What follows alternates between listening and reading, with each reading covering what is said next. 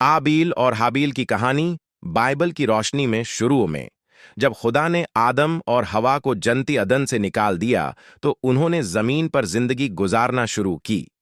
कुछ वक्त बाद हवा के यहाँ एक बेटा पैदा हुआ। इसका नाम उन्होंने काबील रखा। फिर कुछ उरसे के बाद एक और बेटा पैदा हुआ जिसे हाबील कहा गया। काबील खेती बाड़ी करने लगा। वो हाबील से खेलते थे, जमीन में बीज बोता, खेतों में काम करता और गले पैदा करता था। हाबील एक चरवाहा बन गया। वो बकरियों और भीड़ों की देखभाल करता था। वक्त गुजरा और दोनों भाइयों ने खुदा के हुजूर कुर्बानी पेश करने का इरादा किया। काबील ने जमीन की पैदावार में से कुछ चीजें खुदा के लिए नजर कीं। हाबील ने अपनी भीड़ों के कुछ पहलोठे और बेहतरीन जानवर कुर्बान किए। खुदा ने हाबील और उसकी कुर्बानी को खुशी से कबूल किया, क्योंकि हाबील ने अपने दिल की सच्चाई और ईमान के साथ बेहतरीन चीज पेश की थी। मगर काबील और उसकी कुर्बानी को खुदा ने कबूल न किया, क्योंकि उसका दिल खालिस न था। काबील बहुत गमगीन हुआ और उसका चेहरा बिगड़ गया। खुदा ने काबील से कहा, क्यों गमगीन हुआ?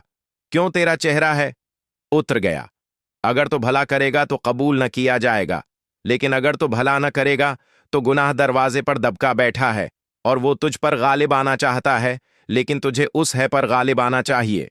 लेकिन काबील ने खुदा की नसीहत न मानी। एक दिन वो हाबील को मैदान में ले गया। वहां हसद और गुस्से में भरकर उसने अपने भाई हाबील को कत्ल कर दिया। ये इंसानियत का पहला कत्ल था। खुदा ने काबील से पूछा, तेरा भाई हाबील कहाँ है? काबील ने जवाब दिया, मैं नहीं जानता। क्या मैं अपने भाई का निगहबान हूं? तब खुदा ने कहा, तूने क्या किया? तेरे भाई का खून जमीन से मुझे पुकार रहा है। अब तो जमीन की तरफ से लानती हो गया है, जो अपने मना को खोलकर तेरे हाथ से तेरे भाई का खून पी चुकी है।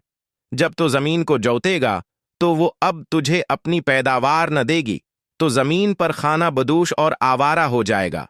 काबील बहुत खौफजदा हुआ। उसने कहा, मेरी है, सजा बर्दाश्त से बाहर है।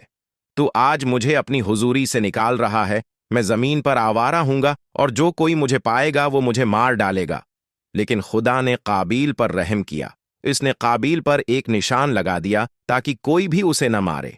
यूं काबील खुदा के हुजूर से निकलकर जमीन पर आवारा हो गया और उसने